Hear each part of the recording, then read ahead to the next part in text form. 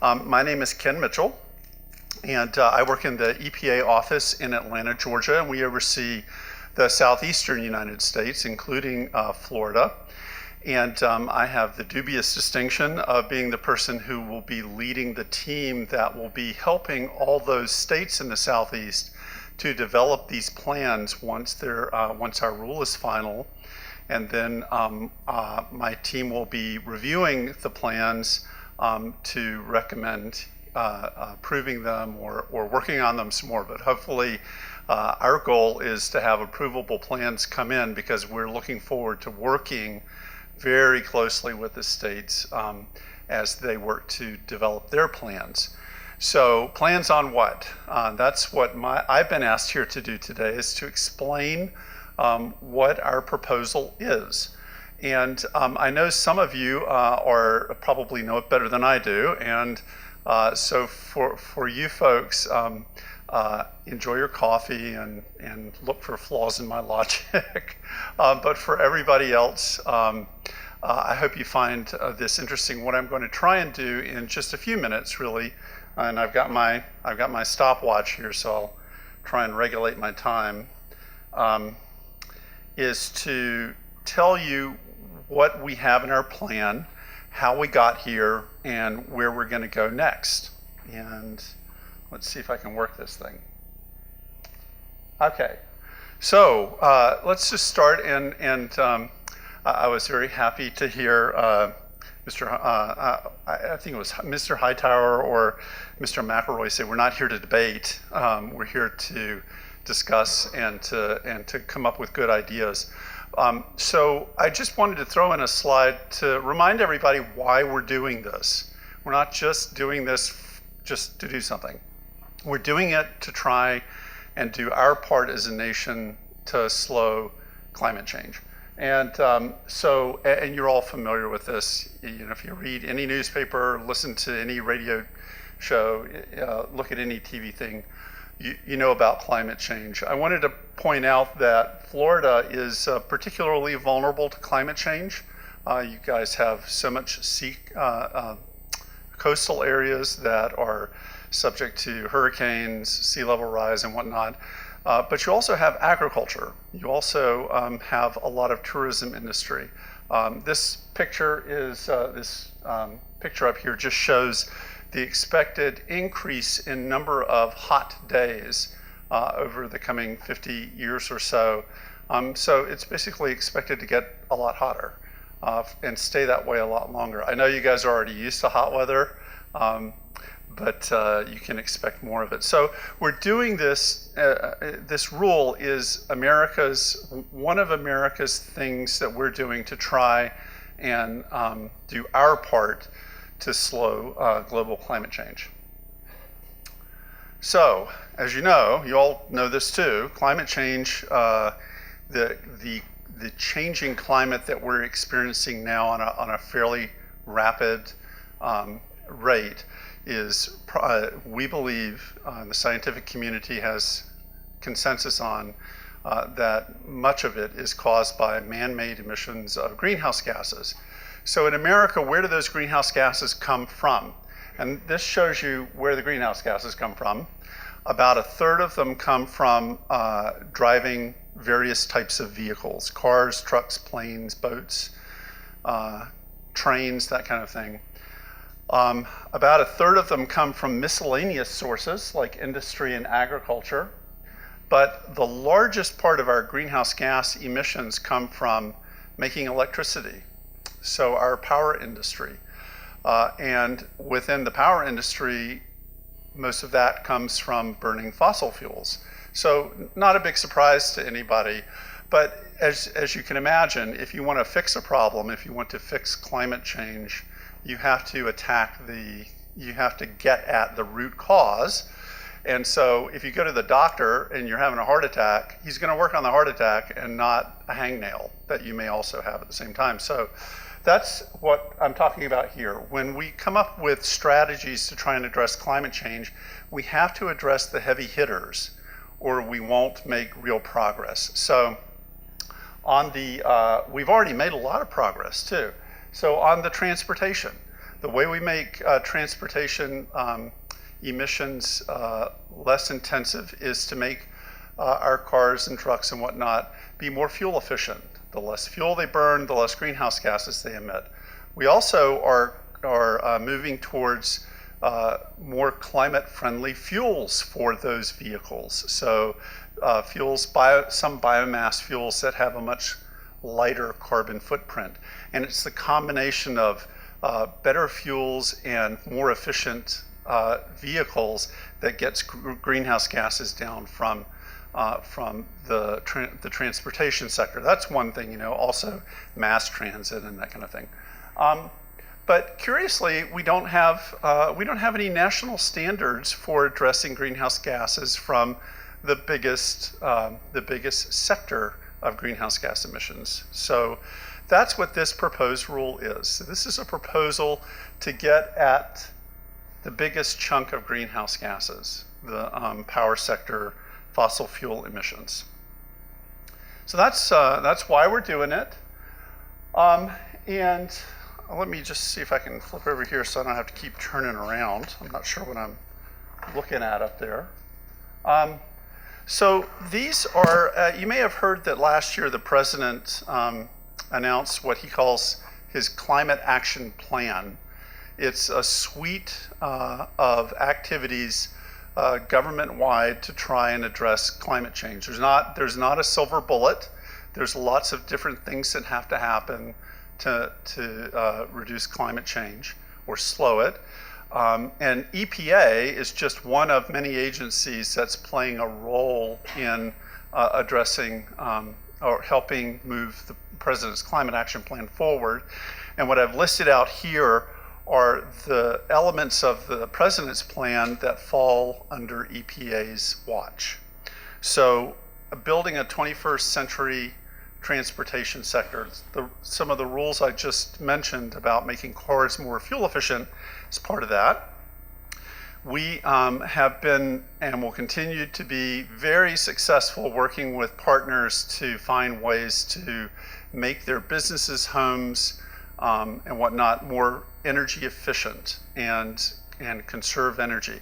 If you don't waste energy, you don't use electricity, and if you don't use the electricity, you don't have to burn the fuel to make it. So energy efficiency, as it turns out, is probably one of our most underutilized energy sources, if you will, in America. And it's just a win-win-win-win-win, because you spend a little money to invest in energy efficiency, you save a lot of money in not having to buy electricity to run something that's inefficient. So EPA has been really on the forefront of trying to encourage people to find ways to make their homes and businesses more energy efficient. Think of Energy Star, right? I'm not gonna ask everybody to raise their hand, but I'm gonna assume that if I ask everyone to raise their hand, that when you go and look for an appliance, you look for an Energy Star appliance, everyone would raise their hand. So, and if you weren't gonna raise your hand, I'll just encourage you to think about raising it in the future. So it makes sense. It's just one of those common sense things that saves money and is good for the environment. So we encourage people to do that. Methane, you all know what methane is. Methane is it's much more potent as a greenhouse gas than carbon dioxide. So there's less of it emitted, but it's a lot more potent. So that's kind of the next thing on our list of things to work on. Think of landfill gas emissions or leaks from our natural gas production and supply chain. We need to reduce those things. And so we have a new strategy that's just been released to try and work on methane. And there are other things, reducing some of the even more potent greenhouse gases like refrigerants that are used in our air conditioning units, moving to less greenhouse gas potent alternatives and whatnot. Of course, we cannot do this by ourselves, not at all. People frequently say, Ken, why should America do this when China's not doing anything or India's not doing anything? Well, America does a lot of great things, and one of the things that we do is lead on great ideas. And in this case, we're going to help lead the world towards a sustainable climate world in the future. When we came out with our proposal to do something, when we raised our hand and said to the world, we're serious about this, we're going to do something about this, the very next day, China raised its hand and said, you know, we're gonna start doing something too, and we'll see, of course. But our leadership, I believe, and the president has articulated that our leadership is going to be necessary, and ultimately we believe will help the world come around on this issue and do something meaningful to leave a place for our children and our children's children that is as vibrant and healthy a place as we've been blessed to live in. So in red up here, you'll see one of EPA's actions is to reduce carbon pollution from power plants. And again, the reason why it's fallen to us to do this is because we have the legal authority at EPA. We have the Clean Air Act at EPA, and that's the act that we're using to try and address the largest source of greenhouse gas emissions in the United States. All right, so if you're interested, there was the President's Climate Action Plan. You can print it out at whitehouse.gov and read it. And there was a memo that went along with it. And the memo set out for EPA very specific time frame for getting this work done. And it boils down to doing 3 rules. And the first rule is a rule to set limits on power plants that haven't been built yet. So new power plants. And for those power plants and also existing power plants that are being substantially modified or reconstructed, those rules have been proposed, and they set specific limits for greenhouse gas emissions. But that's not the bulk of the problem. The bulk of the problem is our existing power plants. So most of our greenhouse gases are being emitted now, and they're coming from the already on the ground, already built, already running fossil fuel power plants. So there's a third rule, it's this number 3, existing power plant rule. It comes under a different part of the law. You'll hear it referred to as Section 111D, as in dog. And the other 2 rules are under Section 111B, as in boy. So what I'm going to talk about now is the thing that you're all here to hear about, which is 111D, the rule for existing power plants. And we were told in that presidential memo, get a proposed rule out by June of this year, get it finalized by June of next year, and then the first thing the states have to do is to turn in a plan that describes how they're going to implement the requirements of the rule. And that plan is due in June of 2016. So 14, 15, and 16. We've met all of the timelines so far. Hopefully we're going to stay on track. But the proposed guideline came out in June, and we're working now towards creating the final rule. The public comment period on this proposal is open now, and it will stay open. We just last week extended the comment period to December 1st of this year. So we gave everybody 45 extra days on top of the already sort of unprecedented 120 days that we had already given. So and there's a reason why we did this. It's because this rule is really it's unique in some ways. It pulls in stakeholders that aren't traditional EPA folks who get involved with EPA stuff.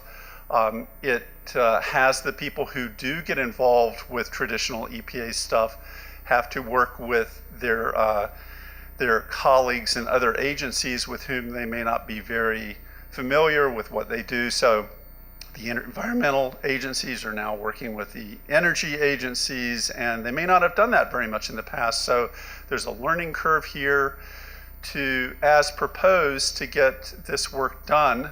Those folks will have to work together a lot more. We want to give people as much time as possible to have those conversations, to tell us what you think is right with the proposal, what you think is wrong with the proposal, so that when we come out with a final rule, we want to make it as good a rule and as useful and meaningful for all of us, not just for EPA, but for you guys. So we want to hear from you. Before we actually even wrote the rule, we did something that in 20 years at EPA, I don't remember us ever doing. We went out and we talked to literally thousands of people, and we asked the question, what do you think should be in this rule? We have to write this rule. We need to write this rule. What do you think it should say? We asked, we listened, we had hundreds of meetings, I know, because I sat in a lot of them.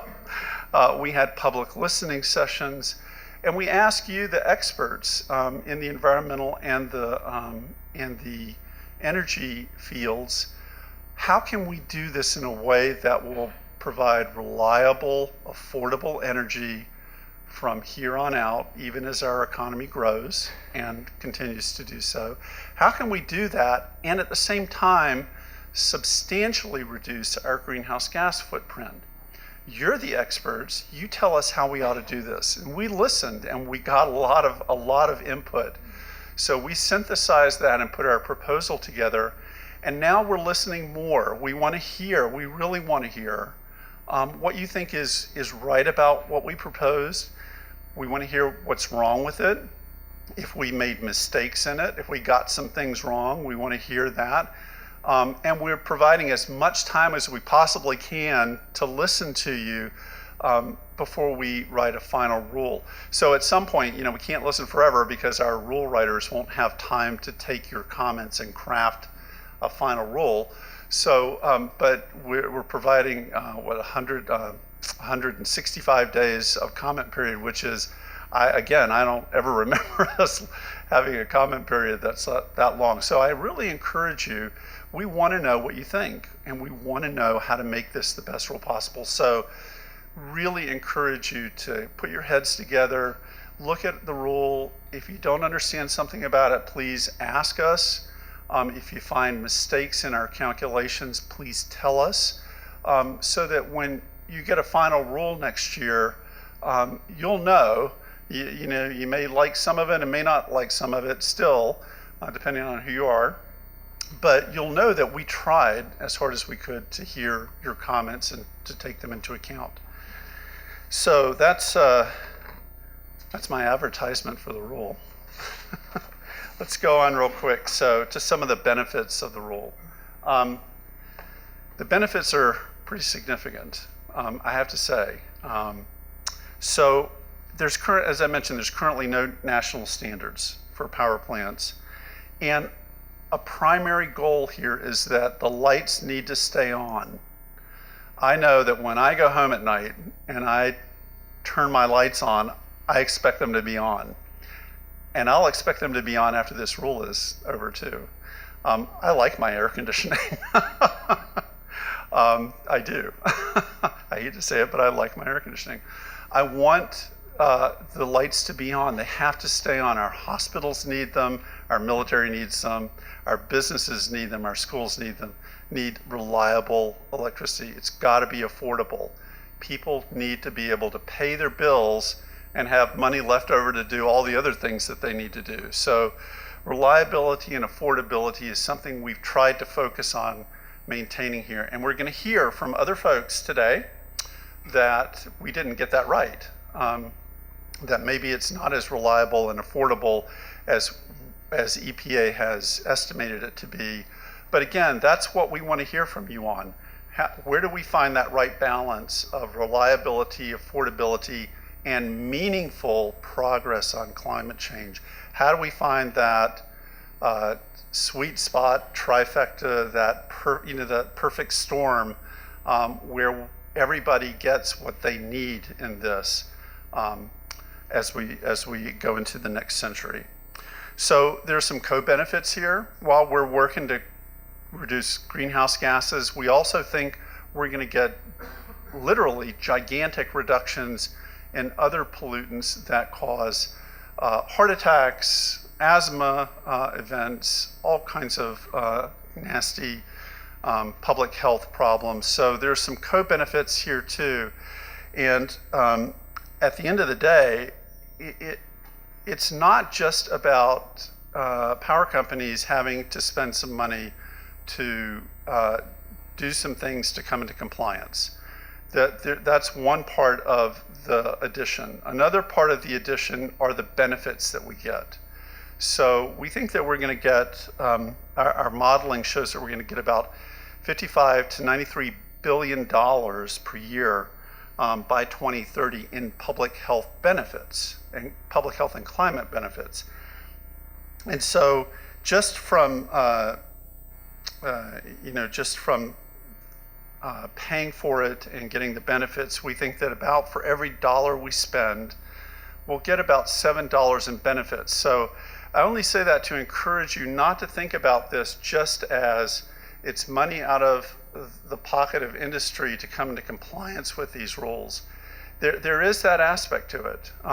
Many EPA rules do have a cost associated with them, but there are these benefits that I encourage you to also keep in mind.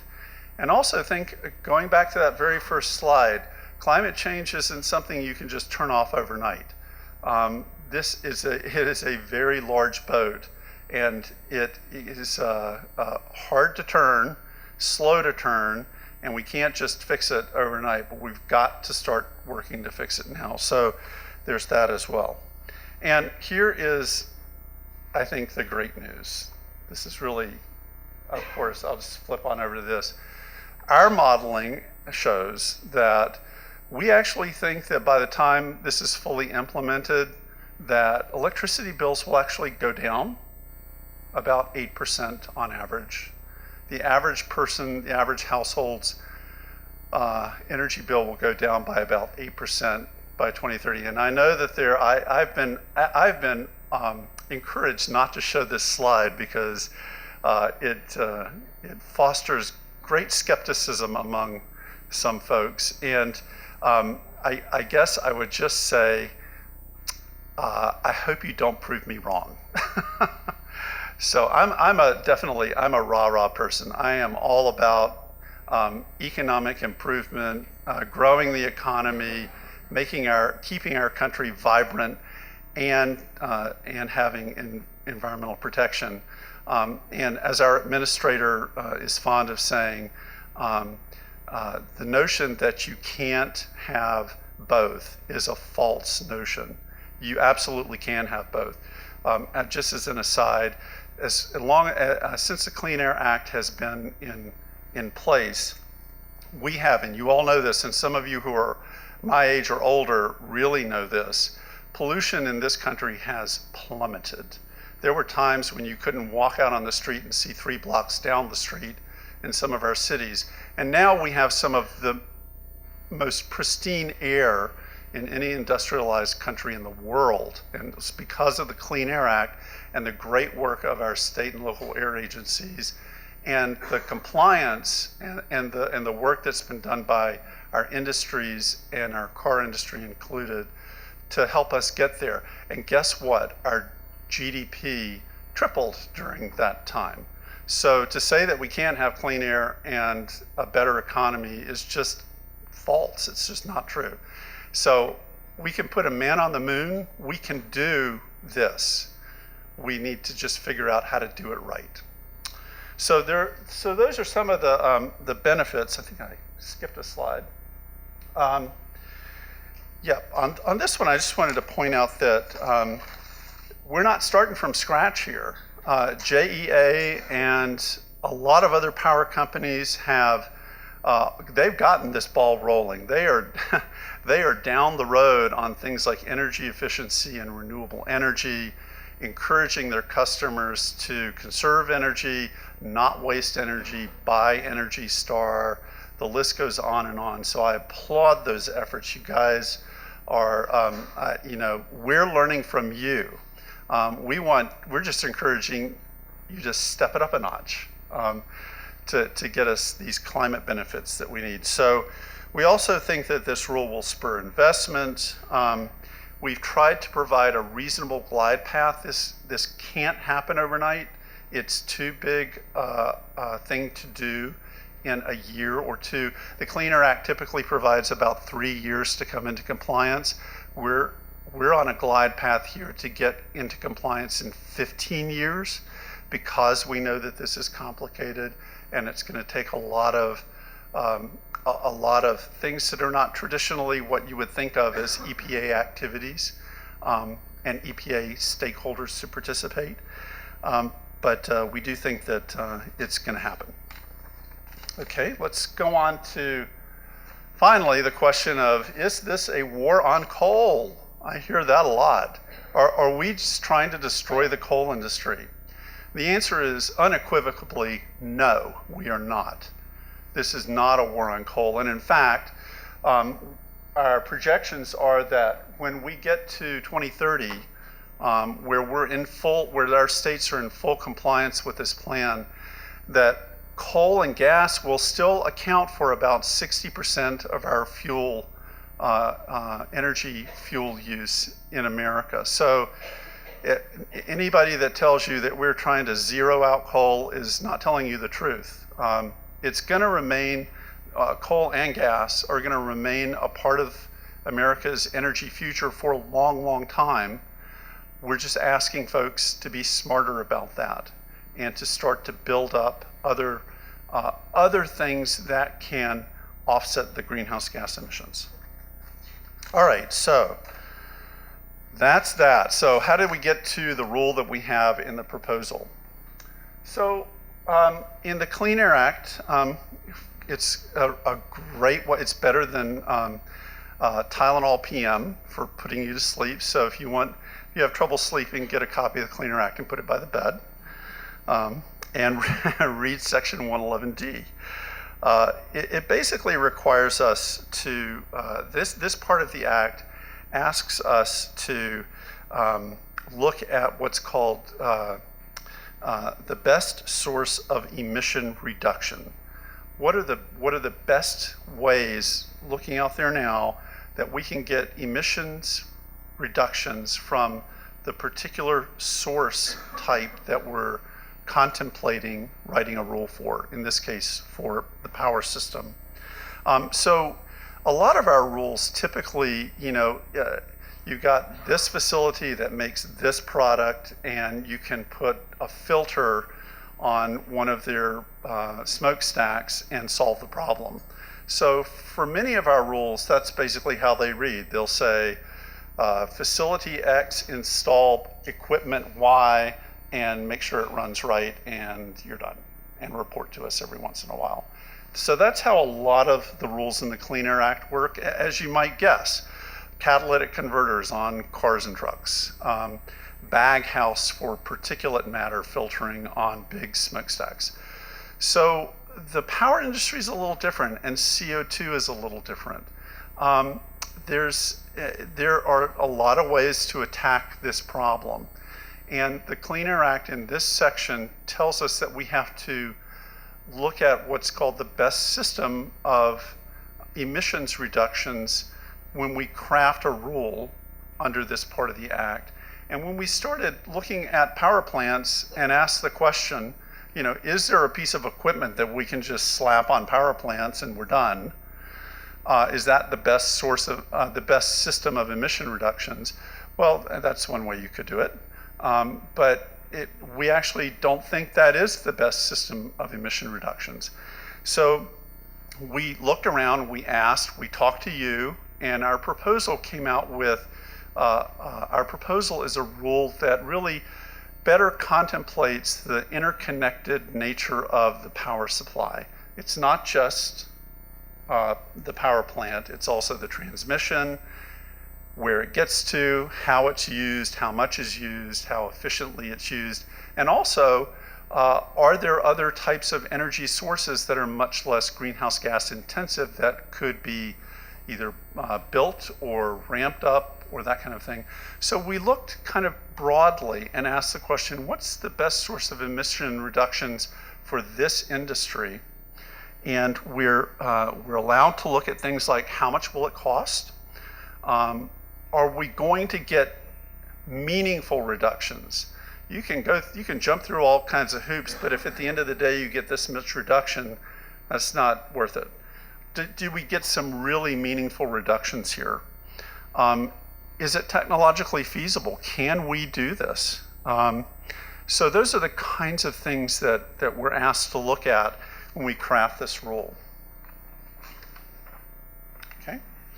And as I just mentioned, that I won't go over this again, but I just mentioned that in putting in what we put in our proposal, we ask a lot of people, just like you, what you think should be in the proposal. We spoke to thousands of people, and we had hundreds of meetings. And so we really did try and listen to you as we crafted this proposal. So you heard a minute ago that kind of the, what is it called when you tell the punchline of a movie or a book before anybody's had a chance to read it. Spoiler alert, right. So here's the spoiler alert. So the spoiler alert is, in this rule, we set a number as a rate for every state. And we basically say, here's your rate you have to get to. It's pounds of CO2 per megawatt hour of energy produced. It's the average across all the covered facilities in your state. We tell you that's the number you have to reach. Now you figure out how to get there. You can get there in the way that we use to calculate that number, or you can do something that makes more sense for you. So we're really trying to be as flexible as possible in allowing you to come up with what works best for your state, or if you choose to link up with some other states. So we basically, oh, I went too far, sorry. Okay, yeah. Okay, so we looked at the practical and affordable strategies that states and utilities are already using, and we proposed these goals using a consistent formula. We use the same formula for every single state. The only thing that's different are the inputs, because every state is not the same. Some states have a lot of coal, some states have a lot of gas, some states have no coal and no gas, or very little of it. Some states have a lot of nuclear, some states have a lot of renewable energy, some states have an RPS, some don't. I mean, you're all different. It drives me crazy. Makes my life really difficult. But you're all different, and those differences are the inputs that go into this consistent national formula. So there's a fairness factor here. We want everybody to be treated equally, but at the same time recognizing that you have different, you're all starting from a different place and have, for many things, different capabilities into the future. So for example, some of you have the potential to have a lot of solar and some not so much, and so on and so forth. So we looked at all that. We ran the numbers, we got your answer. It's in a rate form, pounds of CO2 per megawatt hour. It's a statewide number. It applies to all the covered facilities, the facilities that are subject to the rule. And the state has to come up with a plan for how those covered facilities are going to meet that number. Okay, so, and we won't go through this equation in detail. I just wanted to show you what it was.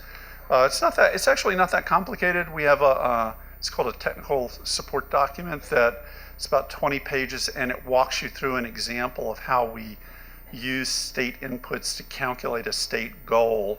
And I encourage you to take a look at that if you're curious how we came up with the number for Florida. But the final number for Florida, just to put it up here, is 740 pounds of CO2 per megawatt hour produced, and that's an average across all the covered facilities in Florida. So JEAs would be part of that mix, and Florida would figure out how they want to apply their requirements to the covered utilities that gets them down to this number by 2030. All right, so when we were putting this equation together and using the requirements of the Clean Air Act to apply BSER, Best System of Emission Reduction, we landed on 4 building blocks. These are things that we think are reasonable, technologically feasible, cost-effective, and get meaningful reductions. Make the fossil fuel-fired power plants more efficient. Squeeze out every electron you can from the fuel that you put in. That just makes sense. That's good for the power plants. They have to burn less fuel to make the same amount of electricity.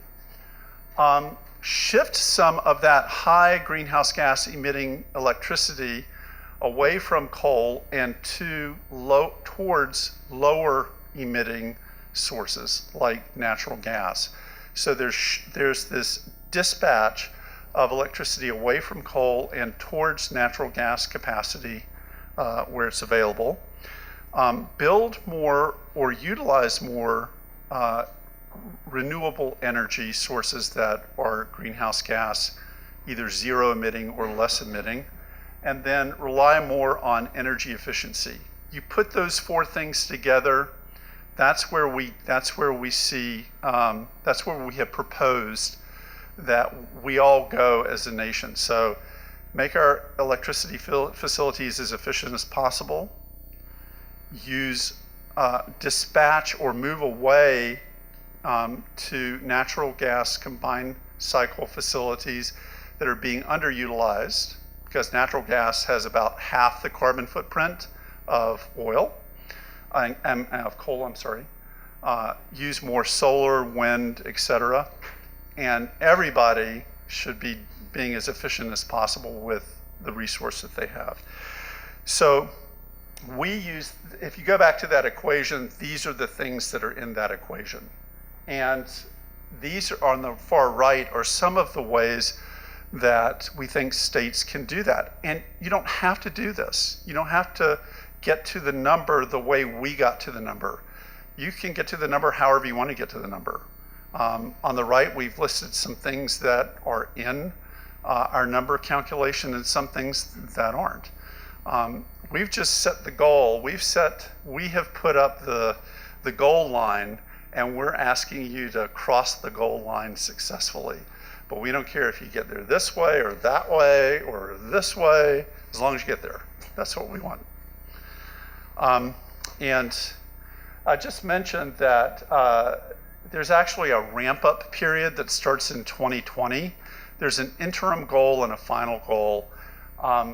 And the trajectory could be, it could be the red line that just starts in 2020 and gets to your final goal in 2029, or it could be some other path that gets you there. If you know, for example, that you're going to be shutting down a big coal-fired power plant late in that decade, you might not have much reductions early in that decade and suddenly get a big giant reduction later in the decade.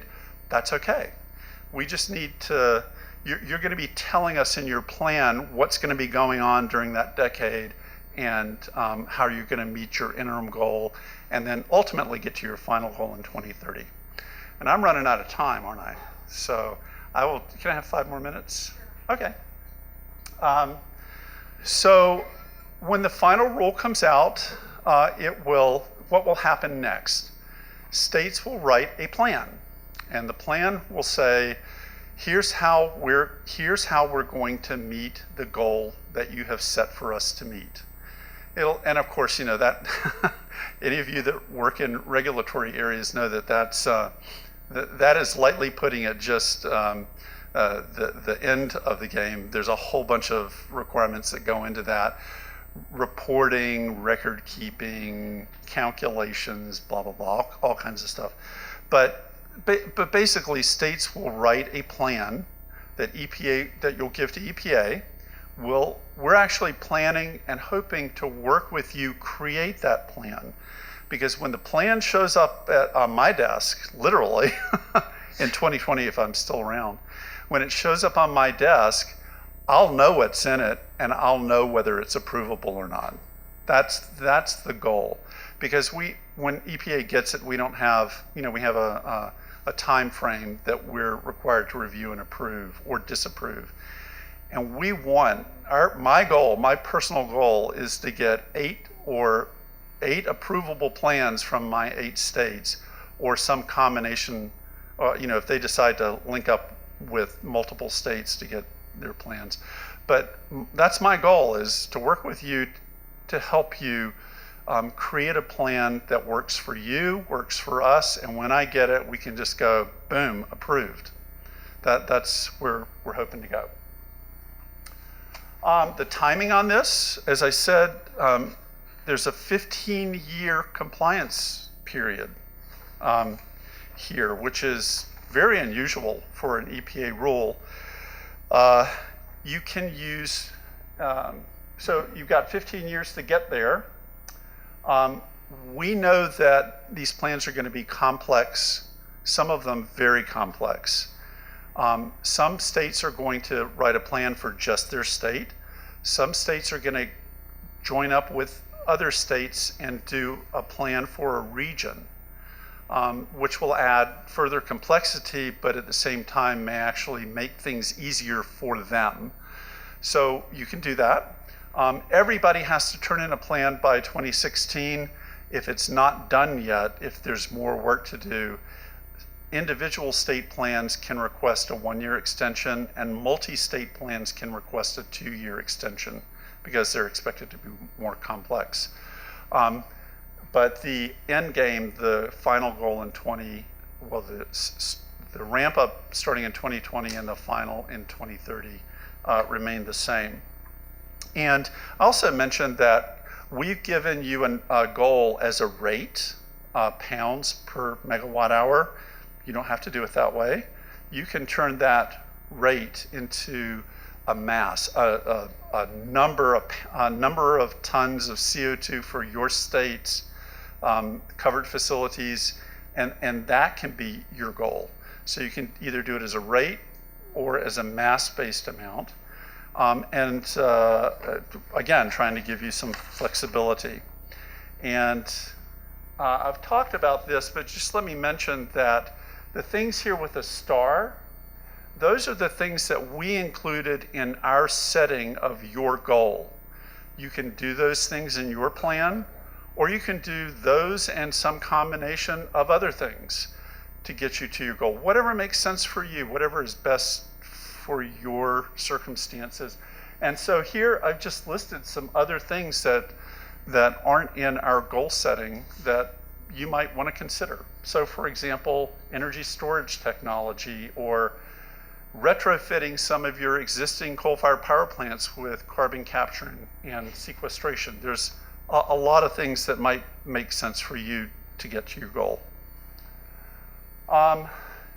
We have already provided in the proposed rule a list of things that will have to be in state plans. And so I'll just leave that to you to read, but it's the stuff you might expect, like record keeping and reporting, and how you're going to enforce the measures to make sure you get from where you start to your final goal and keep it there.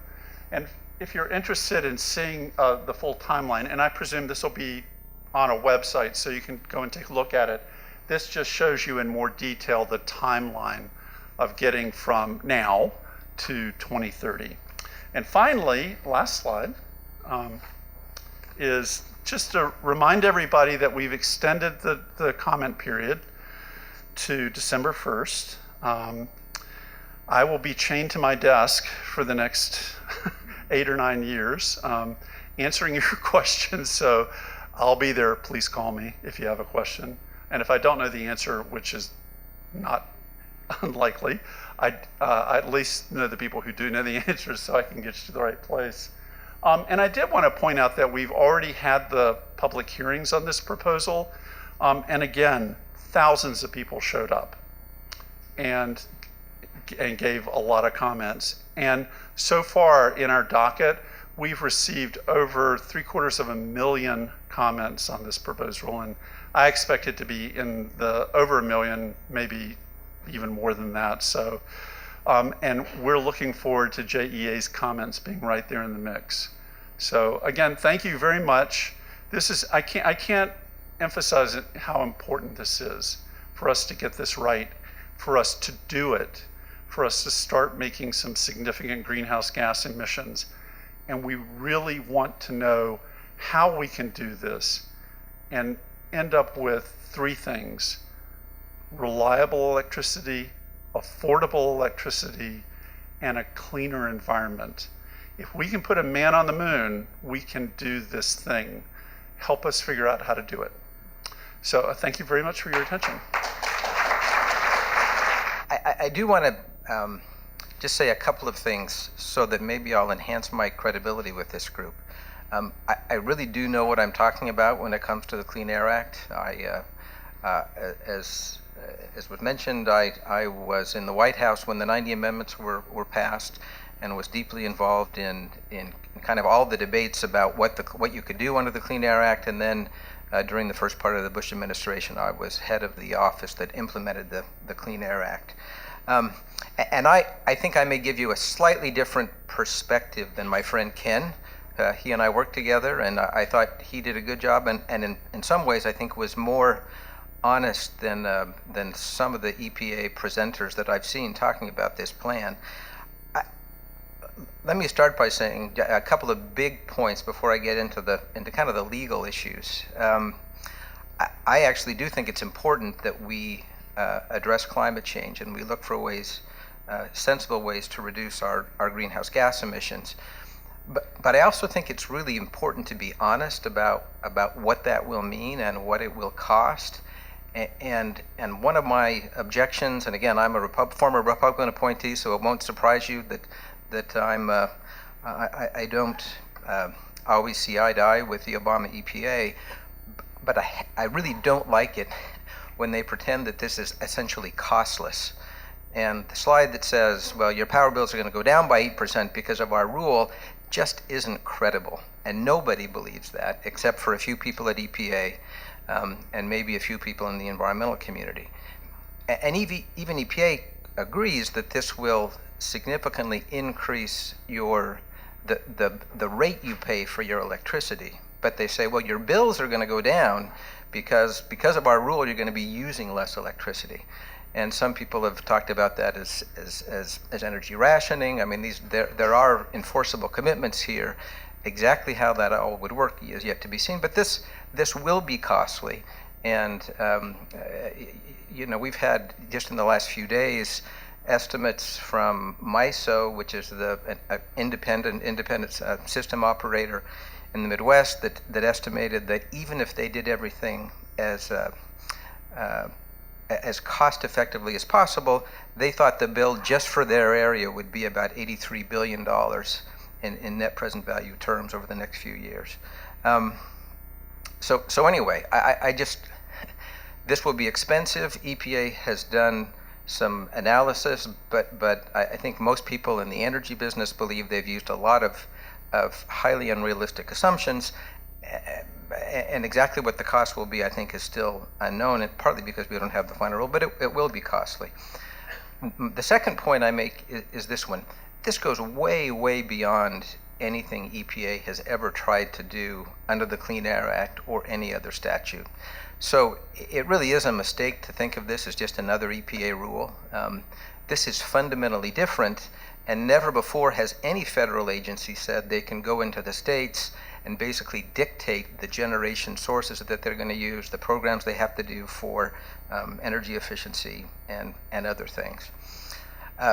Here's my third point as someone who spent a lot of years with the Clean Air Act. The rule simply cannot be implemented on the schedule that EPA is proposing. And I will tell you that career people at EPA know that. And here's why I say that. That there are these state implementation plans that states already have to do that are much simpler, that are well within the wheelhouse of the DEP or the DEQ. And it takes years to come up with a state implementation plan. In this case, the DEP doesn't even have the authority to do these things. First, there has to be new legislation to empower either DEP or the PSC or somebody else to implement this plan. So you have to have state legislation. Then you have to have the implementing authority going out and trying to figure out how you can possibly do this. They have to put something out for public comment. So the Clean Air Act is full of deadlines that are never met. And under Section 110 of the Clean Air Act, there are requirements for state implementation plans. And I'm not going to get into all the details, but I will tell you the mere fact that there is a deadline does not mean that it can be met under the Clean Air Act, and this one certainly cannot be. And then one other kind of big picture point before I get into the details. It is true that the state has great flexibility, but as a practical matter, and someone has used this analogy, this is the kind of flexibility you get, right? You're in Jacksonville. You have to get to New York. EPA says you can get there however you want. Here's 5 gallons of gas. And so however you use that gas, it's up to you, but you have complete flexibility. And that's obviously a bit of hyperbole. And I think that probably the ultimate goals in 2030 can be met, but there's no way to achieve what is supposed to be achieved in these interim goals. And I think EPA will end up relaxing those, at least in the near term, because I think they're hearing from everybody, including some traditional EPA allies, that those just aren't going to work. Here is the dilemma that probably everybody in this room faces. There's a very low likelihood that this rule will actually be implemented. And for reasons I'll get into, this goes way beyond what EPA is permitted to do under the Clean Air Act. But there is a chance it could be upheld in court. And so until such time as we know for sure whether the rule will be implemented, people have to assume that it will be. And it's going to require an awful lot of time and effort, first to make sure that people comment to EPA. And I think EPA understands that there was a lot of shortcomings in their analysis. They're expecting a lot of comments, and I think EPA will be responsive to those. So it's really important to have those comments. And then it's important to try to figure out how you might possibly implement this, even if it can't be implemented on EPA's schedule, until we know from the courts for sure that this will not stand. You have to assume that it might be. And I will tell you, as someone who's handicapped many rule challenges over the years, I think there's at least a 90% chance, if not more, that it will be struck down if it's finalized as proposed. But there is that 10% chance that it might be in place, and so you have to plan. You have to plan for that.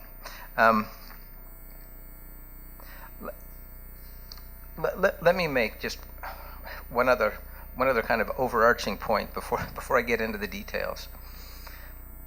We have a long history in the environmental area under the Clean Air Act and other rules that kind of rules and permitting programs are implemented in a sensible way, and so when a new administration takes over.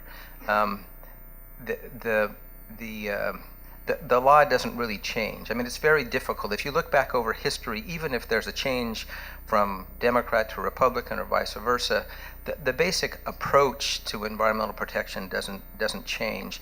And that's part because for legal reasons and for practical reasons, it's very hard for a new administration to undo something that has been done by the prior administration.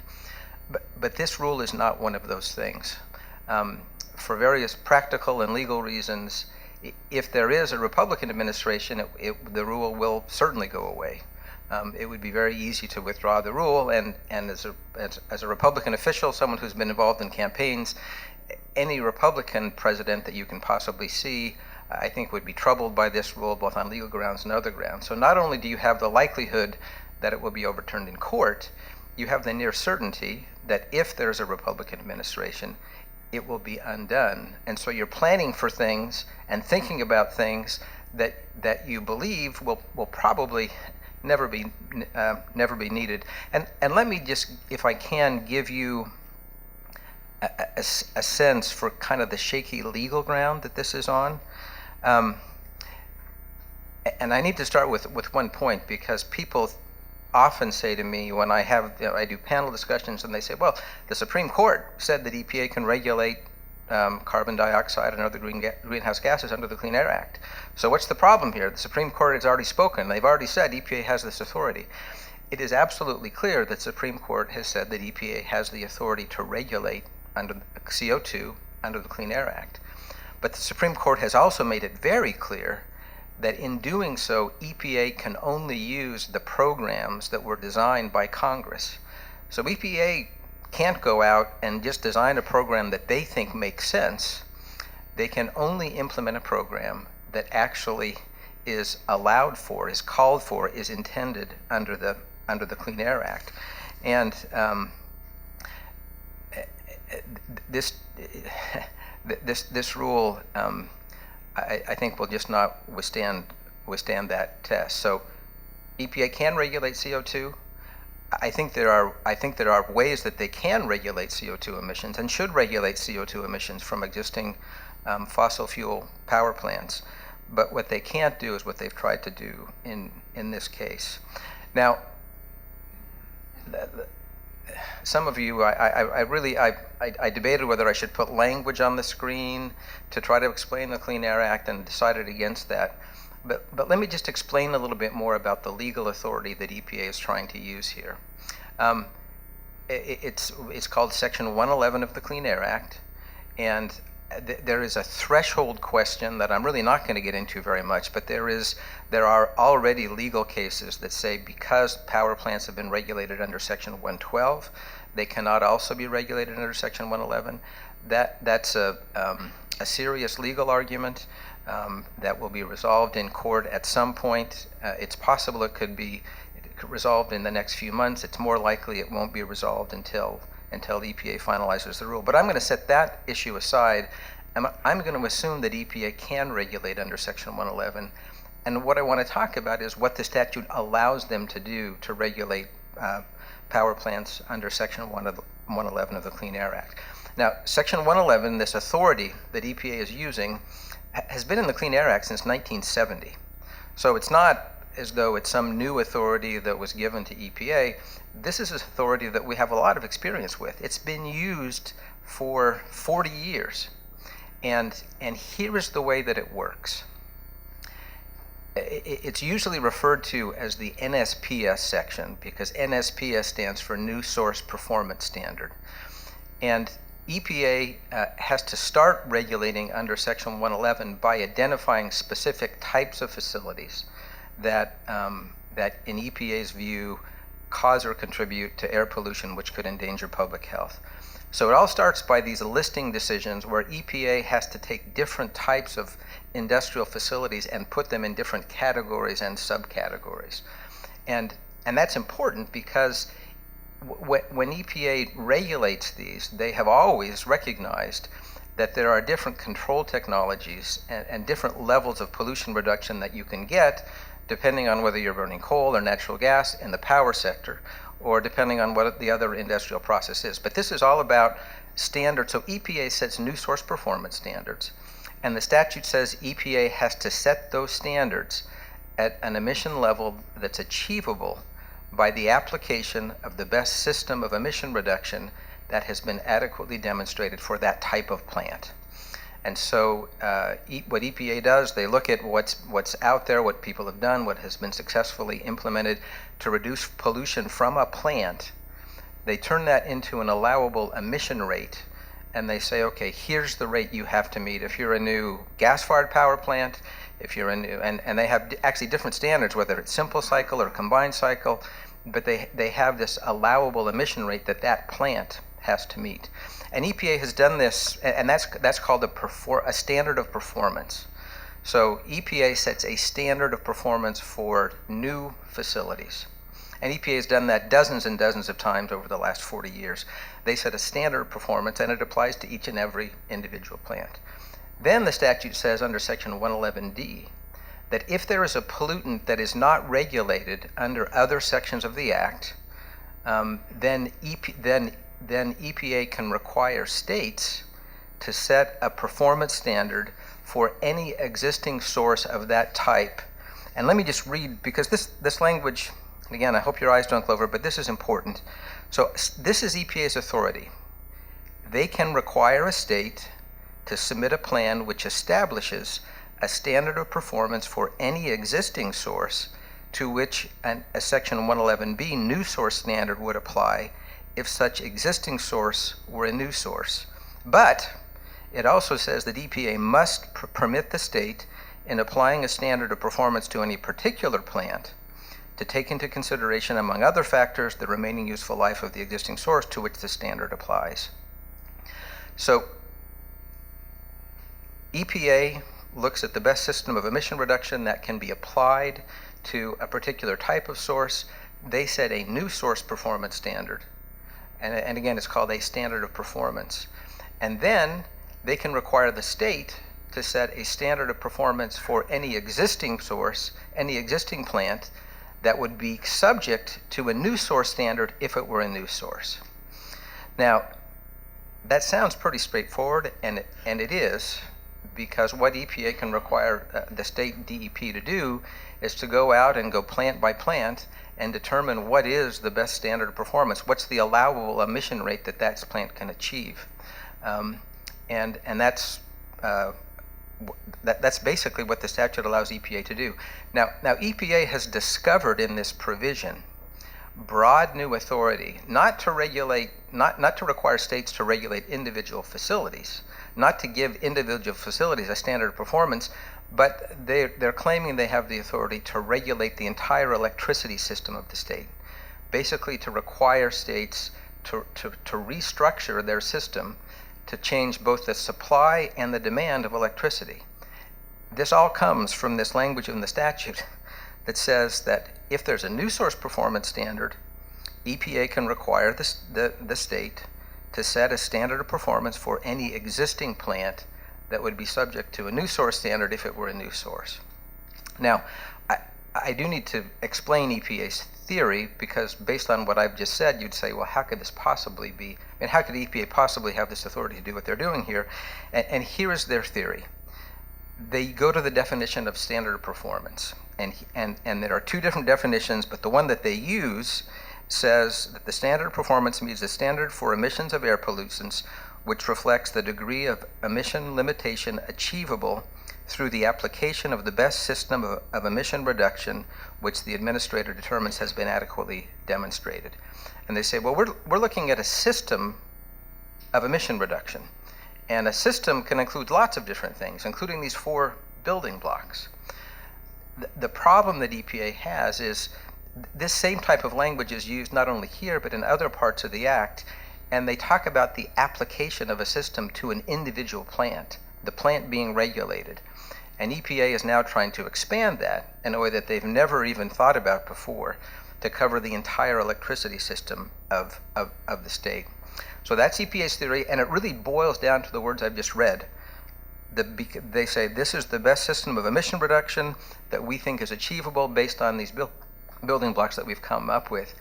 But as I say, that's not the real legal issue. A system can be a lot of different things. In most cases, as Ken mentioned, it's a pollution control technology that gets added on. But EPA has also said that a system can be operational controls, other types of things, and that's what the statute was designed to do. The other problem that EPA has as a legal matter, just to add one other thing, is the definition of this term. And again, I want to be clear. What EPA does to new sources is to set a standard of performance. What states are supposed to do is set a standard of performance to existing sources, but the statutory definition is the same. It's not as though there's a different definition for existing sources or new sources. It's exactly the same words as defined in the statute. And for 40 years, EPA has defined that term to mean a system that can be applied to an individual plant.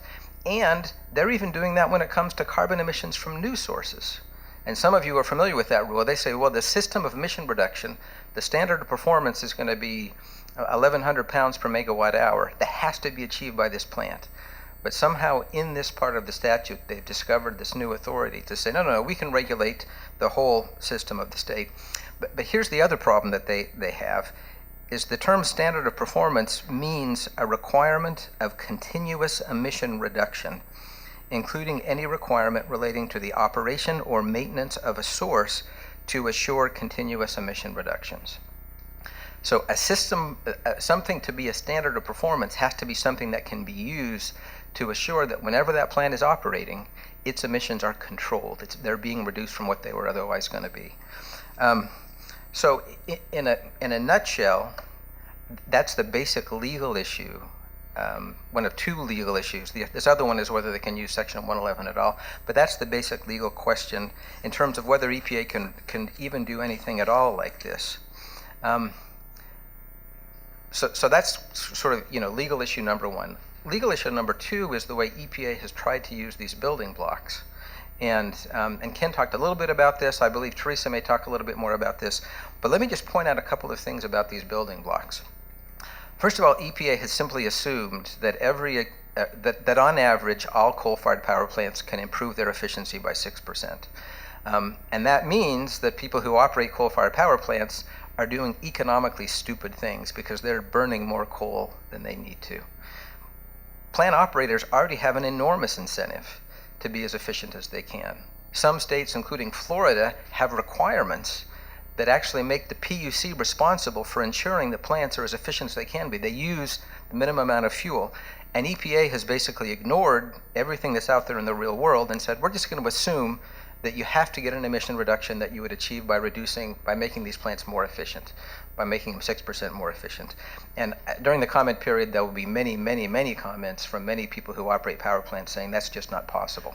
And EPA that assumption is based on essentially no data. The second building block is even more problematic, and Ken kind of glanced over this, but in essence what EPA has said, in every state, you have to take a certain amount of business away from coal-fired plants and give it to combined cycle natural gas plants. So you can do it however you want, but you have to ensure that every natural gas-fired combined cycle plant operates 70% of the time, and it's actually on average across all of your combined cycle fleets. And then whatever's left over, you can allow the coal plants to generate. It is a remarkable proposition that EPA can simply say, we don't like a certain type of business, so we're going to take a certain amount of their business away and give it to someone else. That's completely unprecedented under the Clean Air Act.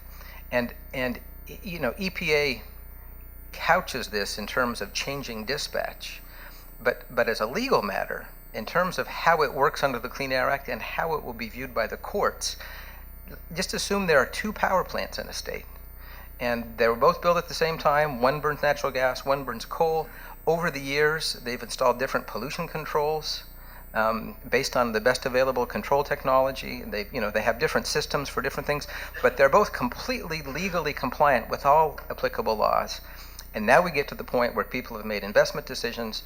One is owned by one company, one is owned by the other, and EPA says, okay, we just don't like coal plants anymore. So we're going to take your business and give it to somebody else. EPA can't do that under the Clean Air Act. That's the issue with building block number two. Building block number three, as Ken said, has to do with EPA's views of how much of the power in your state should be produced by renewable sources. and it's actually quite dramatic. I don't, Teresa, you'll talk about it, but in terms of what they say should be done in Florida, it's a pretty dramatic increase in renewable energy.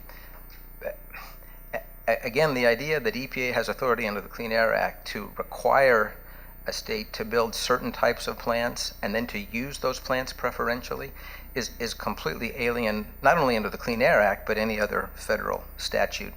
And they also have an issue of their own creation, which is kind of puzzling to me, is they don't treat all zero emission sources alike. So Ken showed you that emission rate that said, that the numerator is the CO2 emissions from your fossil fuel power plants, and the denominator is all the power you produce. So that your emission rate is, pounds or tons of CO2 compared to megawatt hours. Well, they don't let states use certain things in that denominator because they don't necessarily like those kinds of plants as much. So the existing nuclear is not in your, so even though it's a zero emission source, you can't use it in the denominator. And hydro is not in the denominator. Now, neither of those issues are big issues for Florida. You don't have a lot of hydropower here, and maybe a little bit of nuclear. But again, it's completely arbitrary, and what we would say in the law, it's arbitrary and capricious for EPA to do a rule that is aimed at carbon emissions that treats different sources preferentially in terms of, based on what EPA likes. So that denominator does not include nuclear or hydro. And there's a lot of states who get a lot of their power who are saying, how can that possibly be that you have the system that applies to the whole state? And then finally, the building block number 4, and again, Ken went through these pretty quickly. I'm just giving you a slightly different legal perspective on them. Building block number 4 is energy efficiency programs. And EPA has made rather heroic assumptions about the amount of energy efficiency that can be gotten out of a state year after year. No one has ever done it in terms of what EPA requires states to do between now and 2015. But the denominator in that calculation also includes what EPA calls avoided generation. So if you reduce the demand for power, you get to add that, and there's big problems about how that's calculated, right? I mean, that's the other problem with coming up with an enforceable regulatory program that depends on some estimate of how much power has not been produced because of these programs. But again, as a legal matter, that means that EPA is regulating by requiring states or companies to reduce the demand for a product. So part of EPA's view of its own regulatory authority is that they can now regulate the demand for electricity. Now let me point out that Section 111D is not specific to power plants. In fact, Section 111 is used for all types of different plants. So EPA has announced that their next source category will be refineries, and after that it'll be cement plants. So think about the kinds of things that EPA might say are the best system of emission reduction. So EPA can go to the state and say, you know what? We want you to reduce demand at that refinery. So here we think that the right amount of money that should be spent on your public transit system is X. We think you should spend so much on bike paths or on carpool lanes, because that's a way you could reduce demand and reduce emissions from this refinery. Think about a cement plant. What are the kinds of things that EPA might mandate? And again, they're not saying, well, we're not requiring these things, but we're going to set a goal based on our assumption about what you should do. So you reduce the demand for cement by limiting the size of buildings, limiting the size of sidewalks and requiring other, it kind of boggles the mind to think that EPA has this authority to require people to reduce demand for a product. Okay, I want to come back and just be a little kinder to EPA here for a second, because I think it's important. I think it's important to understand how we got to this point. Those of you who follow this issue closely will know that when the president announced this climate action plan, it was not the first time the administration announced that they were going to set carbon standards for new and existing power plants. In fact, in the very first year of the Obama administration, Lisa Jackson, then the head of EPA, entered into a settlement agreement with a number of environmental groups, and under that settlement agreement, she committed that she would set carbon emission standards for new and existing power plants and new and existing refineries by the end of 2012. And that those would be proposed and finalized by the end of 2012. And that date came and went, and EPA had not done what the administrator had committed to doing by signing this settlement agreement. And here's the reason why. After signing the settlement agreement, when they sat down with the career staff to figure out how they would do this, the career staff said, well, you know, we go out and we look at these individual power plants. We do think that there's some efficiency improvements that we can mandate. And there are certain things that could be mandated to improve the efficiency. That's what we can do. We can regulate the emission rate from plants. And the problem with that was it turns out that you can't get very much reduction that way. So you can do a legally valid standard, but it just doesn't give the president the kind of legacy he wants on this issue. And so they realize that they've been promising for 4 or 5 years that they're going to use the Clean Air Act. If they only do what they clearly can do, if they only do what they clearly have authority to do under the Clean Air Act, they end up getting very little by the way of emission reductions. And so that's why they've been put in this position where even though they know that the rule will likely not stand up in court, it's the only way they could think of to try to get emission reductions that would be sort of credible to an important constituency and credible in the international arena.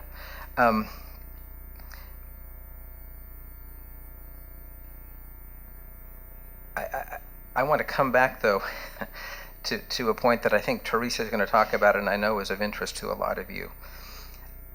I think the rule is illegal. I think the courts will almost certainly find the rule is illegal, but we won't know that for a couple of years. And so it's important for JEA and others to begin thinking about how they could possibly implement this rule. I think they will not have luck in convincing EPA not to use this basic approach. This is, EPA is pretty committed to using all these tools, but I think they are open to understanding more about the technical aspects of the plan. And then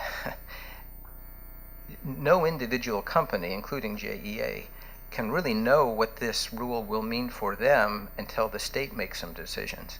And so discussions need to be had probably starting right away with the PSC, with other companies, to figure out on the slight chance that this could be upheld in court and actually implemented by a subsequent administration.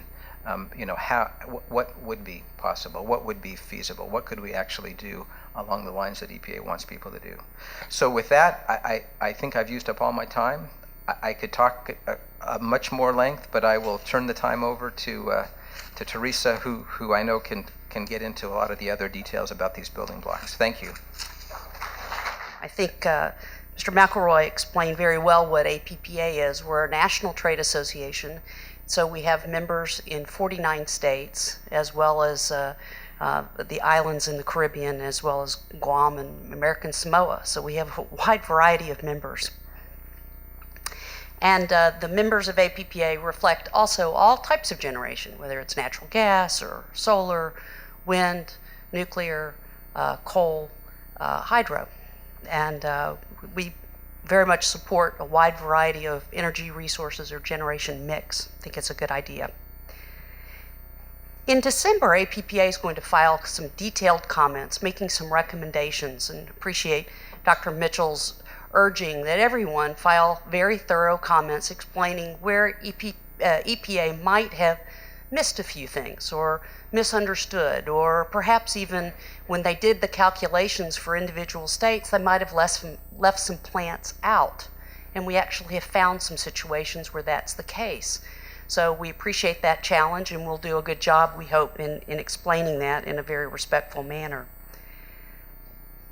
I think that the largest theme for our comments in December will be that we would like to see the states retain primary obligation to the state to run this program and run it well. And this largely goes back to what Jeff talked about. This has traditionally been a state program, and we think it should remain a state program. Now, we realize that EPA does have the authority to regulate CO2. We're not disputing that.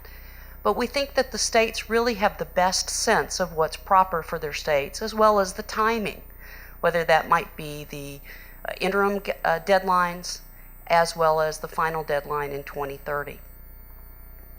I think that the state flexibility that everyone's been talking about may be very well intended, but it didn't actually turn out to be quite as flexible as we would like. But we'd like that flexibility to be there for the states, and I'll explain why.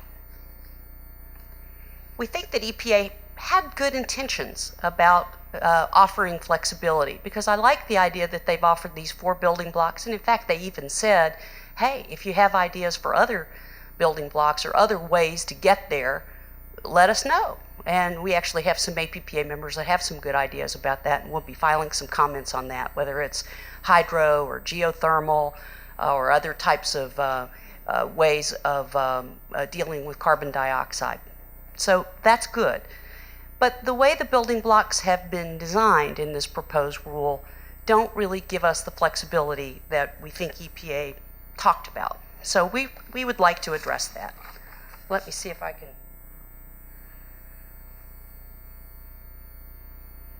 You've heard about the building blocks, and this building block being the first talks about what sorts of reductions, excuse me, it already slipped to number 3, huh?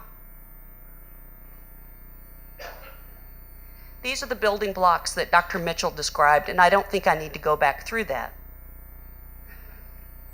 Here's where we are in Florida. These are some of the details that I thought you might want to have about the level of reduction. And I think the hardest thing for APPA is not the final date of 2030, but the interim deadline. I would describe it as a cliff, not a smooth glide path toward 2030, but a really steep reduction early on. And that 2030 deadline for the state of Florida and many other states is so steep that you have to start reducing as early as 2020. A couple of our APPA states have said they actually have to start doing the reductions in 2017. So it's pretty tough to get there. So while it has been described as a 15-year glide path, it's not in our estimation a glide path. It's a pretty steep reduction early on. So for us, as a national organization, it's that interim deadline that's really tough, and it's in meeting, this is sorry to get in the weeds just a bit, but it's the annual emissions average that you have to meet in order to get to 2030. In sum, if the interim deadline could be up to the states to decide whether that's wise or needs to be adjusted, that's the first thing. And we think there's some other ways to reintroduce the flexibility that the Clean Air Act intended when it gave this regulatory authority to the states.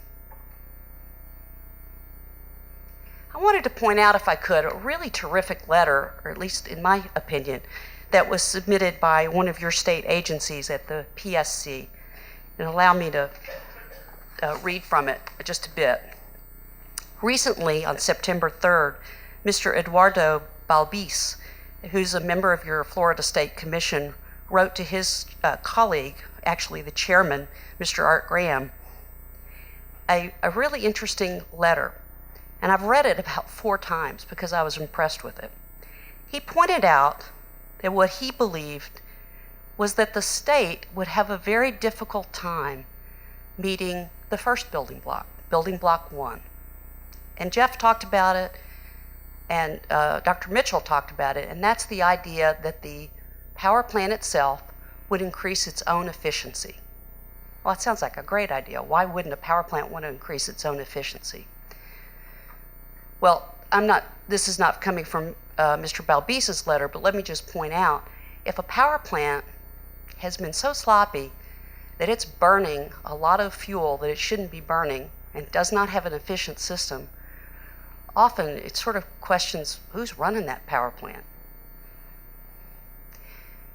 So Mr. Balbise points out in his letter that they looked back at the last 5 years, and in the last 5 years, and if it would be instructive for the state of Florida, that although the EPA points out they think that the state of Florida could get somewhere between a 4 and a 6% improvement in efficiency at each power plant, or over the fleet, we'll just say over the fleet, somewhere between 4 and 6%. And EPA acknowledges in the proposed rule, well, it might not be exactly 4 to 6% at every single one, but the fleet should average, all the utilities in each state should get somewhere between 4 and 6%. But Mr. Balbise, in your own Florida PSC, says, well, that's sure not consistent with what we've looked at, and we've looked back 5 years. So if this is instructive, actually, when we, in the state of Florida, looked at it, we actually come up with a negative 8% on the worst case, and in the best case, positive 4%.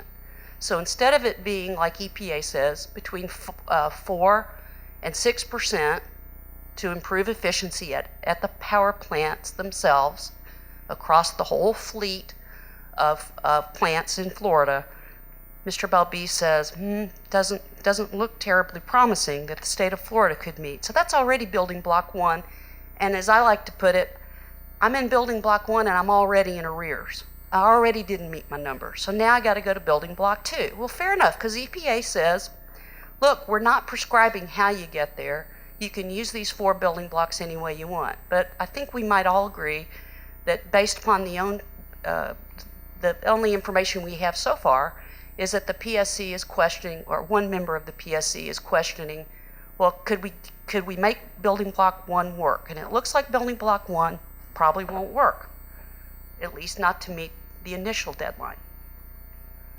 So here are the building blocks, and we go to building block 2. Well, building block 2 is natural gas. Natural gas is a wonderful fuel. It does, in fact, have half the CO2 of coal.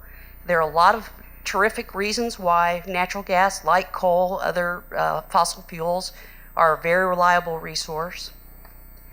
But the way EPA has proposed this rule, it's going to be a pretty heavy reliance on natural gas in a lot of states that don't yet have the infrastructure built to bring that natural gas to the location. Now, can you build pipelines? Sure. That actually may be one of the easiest things that has to be done as a result of this regulation, should the regulation go final. And I'm assuming the regulation will go final. So I'd like to talk about that a little bit, because, unless you think about how it's going to get here, maybe it all sounds like, well, you just fuel switch, no big deal. You do have natural gas in Florida, and you do have utilities that burn natural gas. JEA has natural gas. But we're talking about the volume here, a pretty magnificent amount of natural gas fuel switching in a pretty quick time, and that's really important. So I want to show you a couple of slides. I'm going to skip because this actually talks about, based upon a study APPA did that I helped design, that this is 4-year-old information, all right? So this does not reflect the fact that you are going to have some new natural gas infrastructure built in southern Florida for another utility. So this is, I admit, this is a little bit out of date, but it's roughly 100% increased pipeline load to the state of Florida, just to the state. We didn't have enough money when we did this study to know every individual utility. So I don't know, for example, how much every individual utility's pipeline increase would be. I hope I'm making sense. So this is just to get it to the state, but it's 100% pipeline. Now here we have, yes, sir.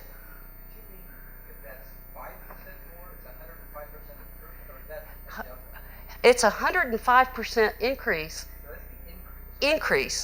Sorry. And that would need to be done by roughly 2020, 2022, something like that. Now, don't misunderstand me. I like pipelines, but it's not as easy to get pipelines permitted today as it was, say, 10 years ago.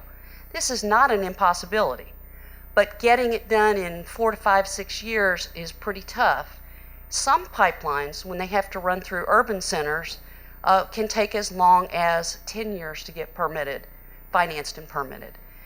So the finance part I don't think is as much of a difficulty, but when you talk about getting them permitted, pipelines are not as difficult as transmission lines, which utility experts would tell you, but they're not that easy to get permitted.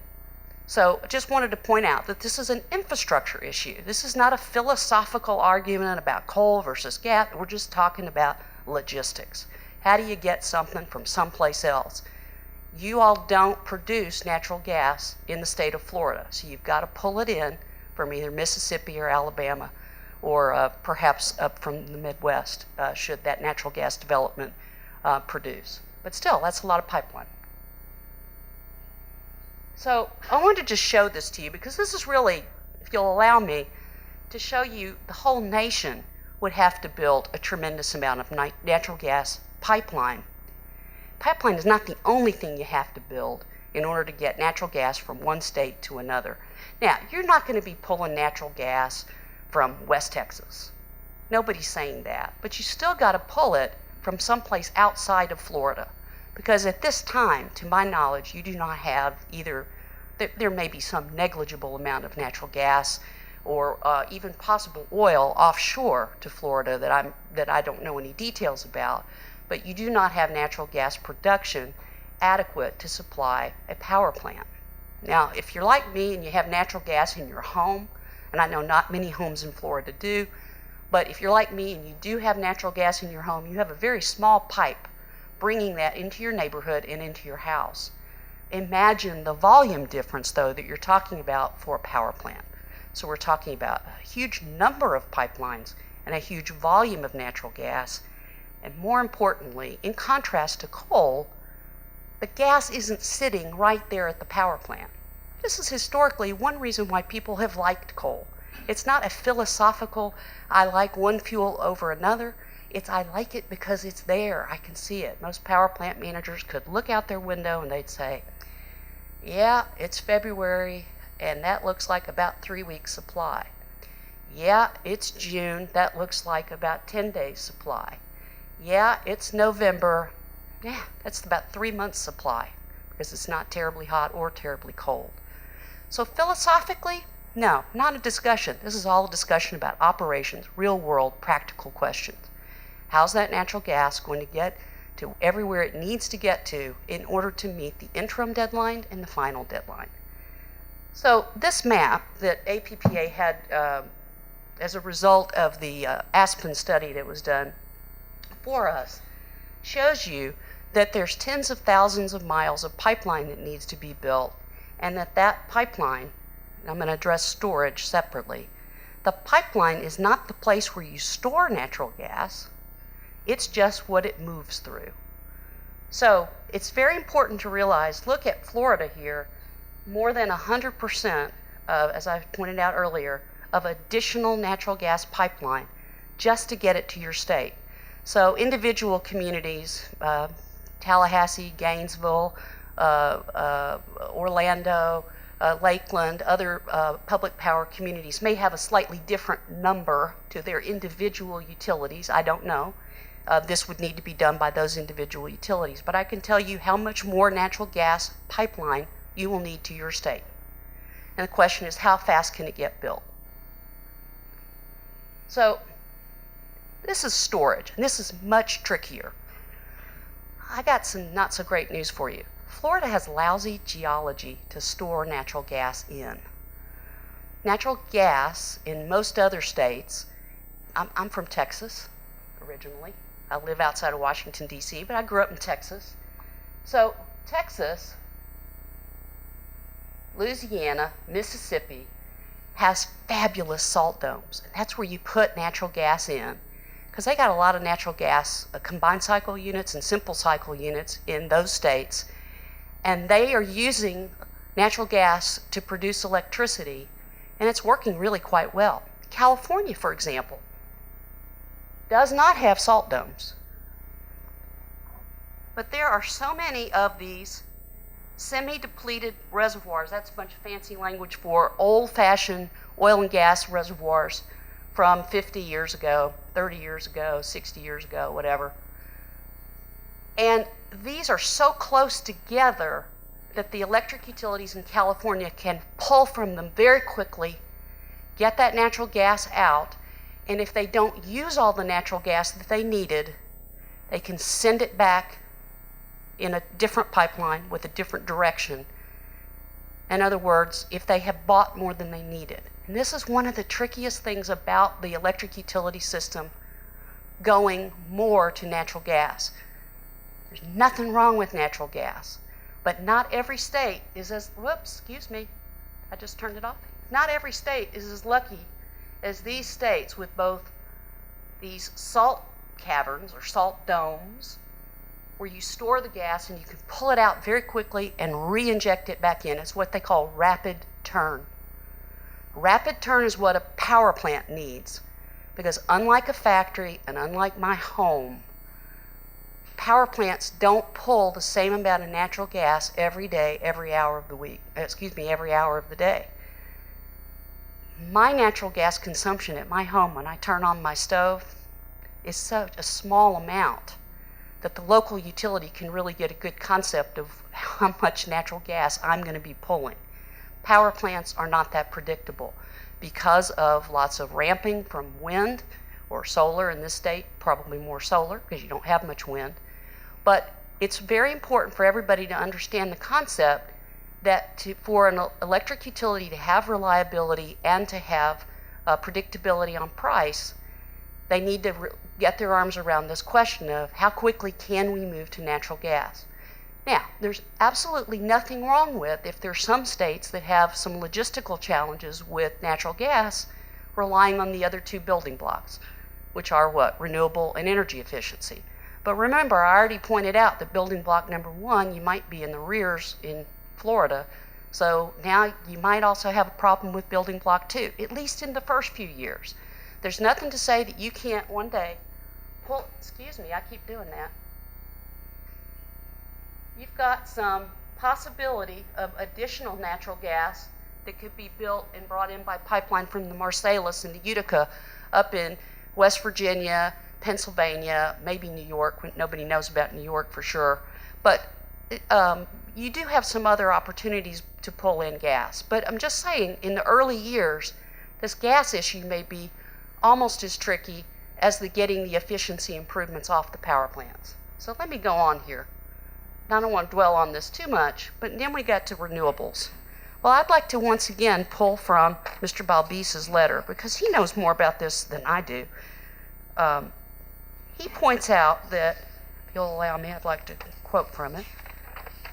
He's looked at this issue, and he thinks that Florida has some opportunities in solar, but not tremendous opportunities in wind. And I think that that's generally agreed to, and there's some great in-rail maps back there that point to some of the limitations on wind. Let me see if I can pull from his letter, pardon me.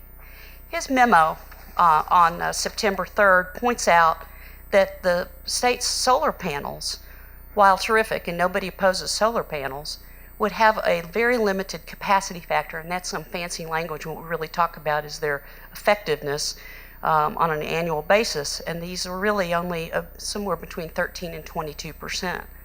So while we like and admire the potential use of solar panels and even centralized or utility scale solar, it may not be quite as effective in every part of Florida.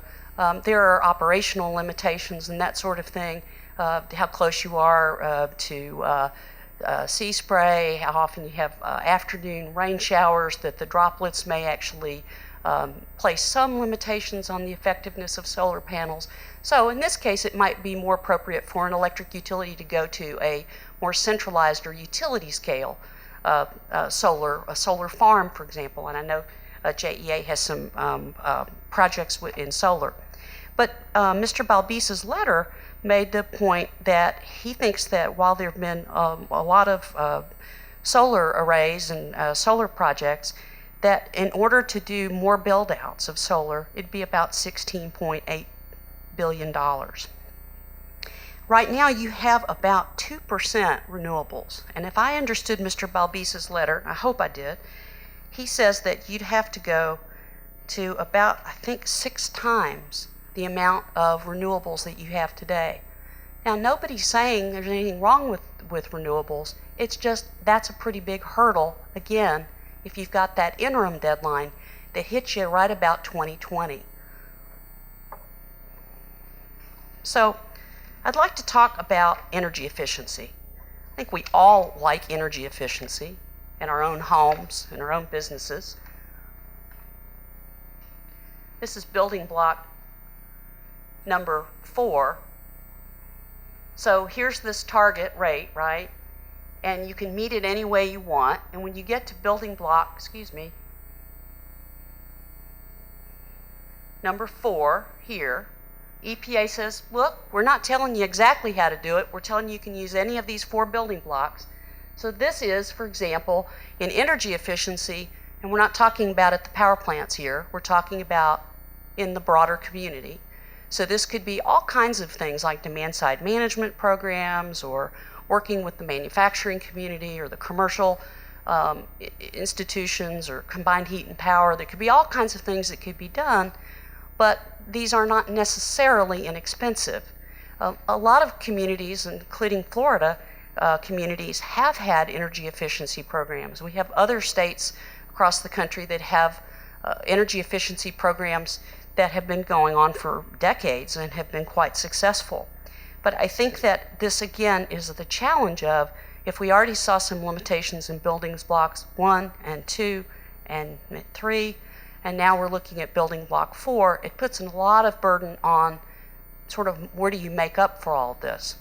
Well, the other thing that I wanted to point out here, particularly for those of us in communities that are looking at population increases or future load growth, that's what we say in the utility business, but we're really just talking about trying to serve either population increases or manufacturing and commercial establishments that might move in. The thing that I find hard about this proposed rule is I thought EPA sort of took a snapshot in time, which was the year 2012, and said, okay, we're trying to give you credit for some of the investments you made in renewables and some of the investments you've made in other types of generation to reduce CO2, and we're trying to give you some credit toward that, toward your overall reductions. But what they didn't say is, and what if you get an opportunity for a large factory to move in, or a big data center, or the state wants to put in a university college system in your town? There's lots of business opportunities that come along that you might not know about in 2012 or 2014 or 2016 that come along in the mid-20s, right?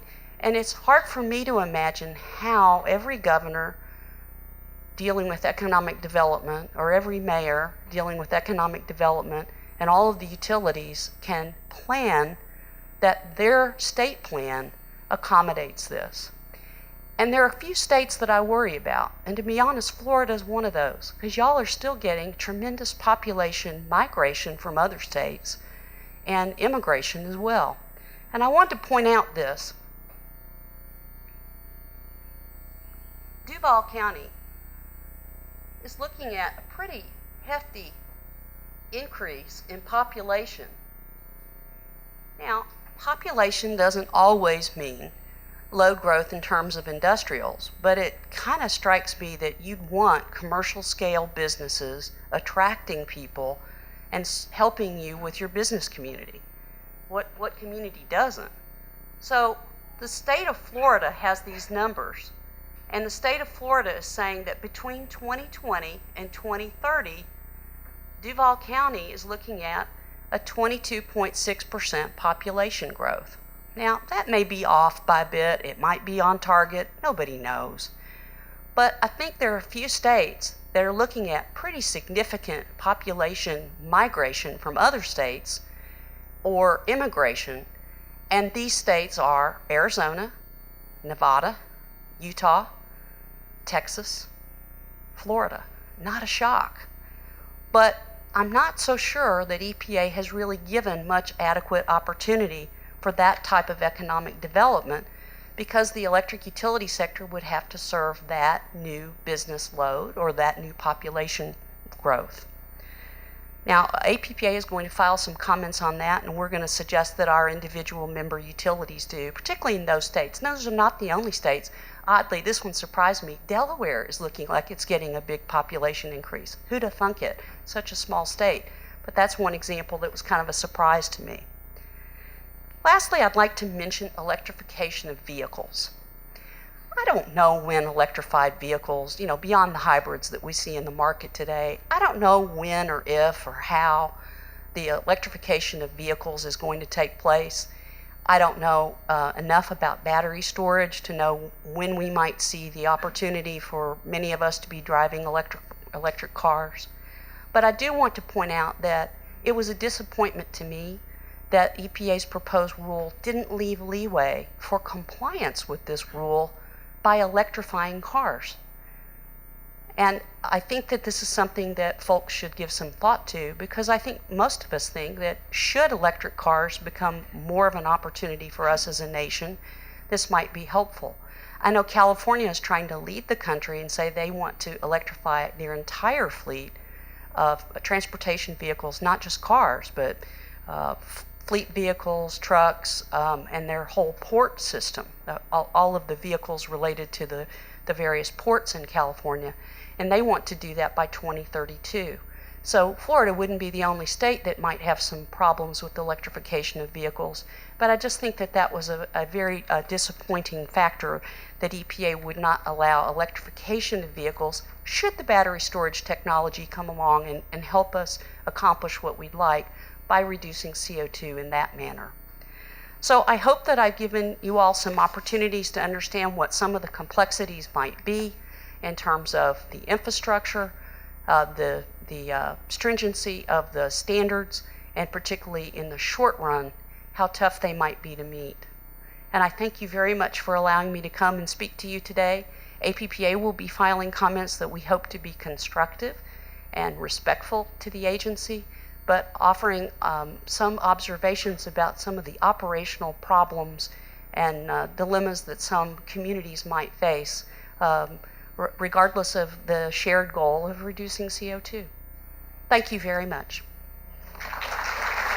I wanted to at least give a perspective of the national view of the electric generation, particularly the generation mix, the CO2 intensity by generation mix, and some of the cost of various technologies. I want to reiterate and talk a little bit about, and I'll give you some examples of that we are not just coal, and sort of demonstrate where we are in our asset life and really what we've invested in very heavily over the last number of years, about the past 15 years in terms of new technology in gas and solar and biogas. Commit again that, we've heard today all parties weighing in that the goals and the objectives of reducing carbon, reducing environmental footprint are consistent across all of the parties in this debate and discussion. It's just how we go about it and getting the best solution ultimately for our customers and for our economy and ultimately for our regions. The state, and I think this is really key for us, I think that when we look at the prescriptive nature of setting the goals through the building block process and coming up with the 740 pounds per megawatt hour for the state of Florida, that is establishing a statewide goal or target or cap, if you will. That is not the methodology that EPA is suggesting that the state use. That is absolutely not an individual utility cap. It's not an individual unit cap. It is a combined goal across utilities, across the entire state, across various technologies to achieve that. So I think that it's very, we in the industry have to be very cautious here in terms of working through the process and not jump to conclusions as some might have in the state already in terms of how the rule will ultimately affect and what the economics are. So we've got to work collaboratively, both from the industry perspective, the regulators, and the environmental community, residents, and other industries and users of electricity. And then I'll share some challenges that we see, and it's not to be a negative, but just really challenges that have emerged that we're really struggling with. And so the point here is to share those with everyone. I mean, we're not sitting in the JEA building just struggling this. We want to share them and say these are really difficult challenges. They're integrated both in terms of our regulatory, our delivery of services. We heard today that in order to achieve these goals, if we go forward with the plan, we're stepping outside of areas of our control into renewables, distributed generation, energy efficiency. So it involves really the consumer involvement in order to have the state achieve these goals. So let's talk a little bit on the slide here. Just look at the national energy mix here in 2012. Nationally, talk about coal. 37% of coal or of electricity was generated by coal. 30% natural gas. 19% nuclear. And in the on the pie there, or the clock, if you will, from sort of 10:30ish to about 11 or 12.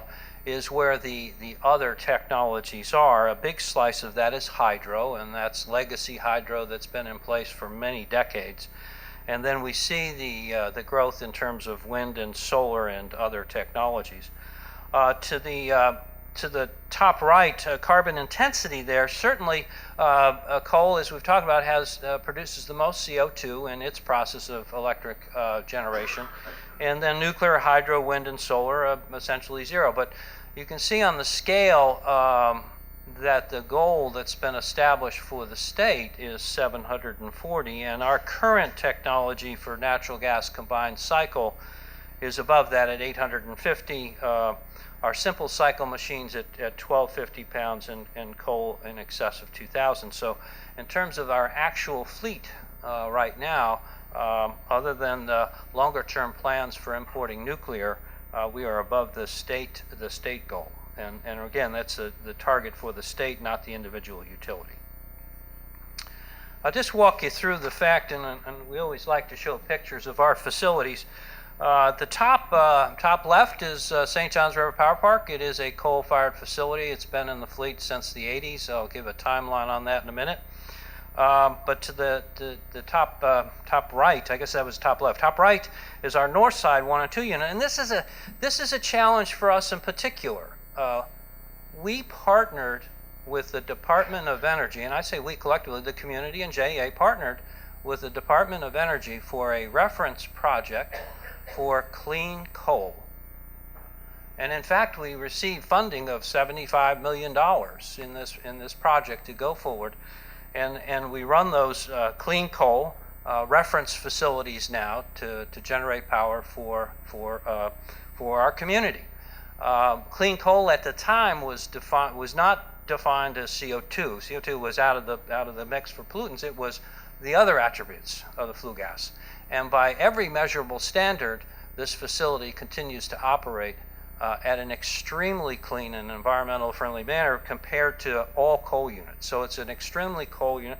And the challenge here is now we've got the federal government's got $75 million invested. We've got another $500 million invested. It's not even halfway through its useful life. The challenge now is that CO2 comes into the mix, and what do we do prospectively? But to the bottom three pictures, gas, gas, and gas. We've invested significantly there.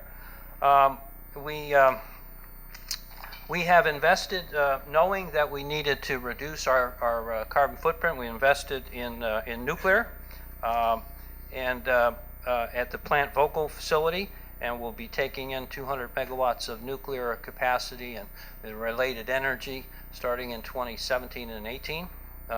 We have invested in, solar as well over this period of time.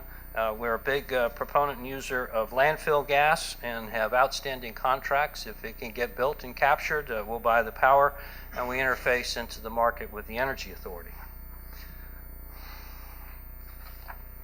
We haven't stopped there. Our plans have been set up historically. Our Greenland Energy Center is set up to facilitate another 1,000 megawatts of gas generation.